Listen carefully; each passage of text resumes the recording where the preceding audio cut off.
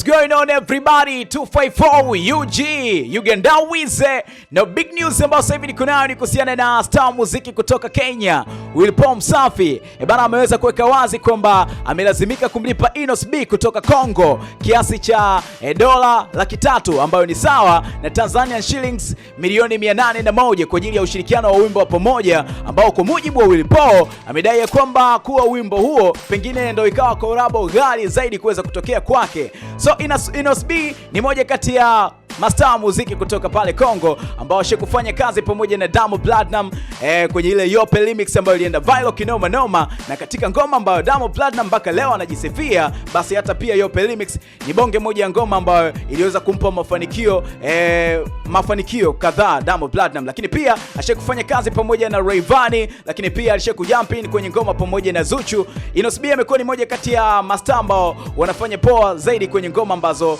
pengine ni za remix, lakini pia hata za kwake binafsi. So kwa upande wa Will Paul sasa hivi ameonekana kabisa kwamba ni moja kati ya wana ambao wanafuata sana njia zile za Diamond Platnumz. Ifahamike pia hata kwenye upande wa siku za hivi karibuni alionekana kabisa kwenye picha ambazo alikuwa amepiga, watu wengi sana wakifananisha kwamba ni zile picha mavazi ambayo aliweza kuyavaa, lakini pia hata the way ambavyo aliweza kubandika meno ya bandia, ilionekana kabisa kama ni pigo fulani hivi za Diamond Platnumz. So sasa hivi pia ameonekana kabisa kwamba kumvuta Inos B ambaye ashakufanya ngoma pamoja na Diamond Platnumz ile ya Yope na kutaka kufanya kazi pamoja naye. Kwa wewe kama mdau wa burudani uko na mtazamo gani? Make sure kwamba drop comment yako kwenye uwanja comment hapo, utakometisha kinoma noma. Make sure kwamba una subscribe kwa taarifa kadha wa kadha zinazoendelea kutoka ndani na nje ya mipaka Tanzania. Ini sasa online digital.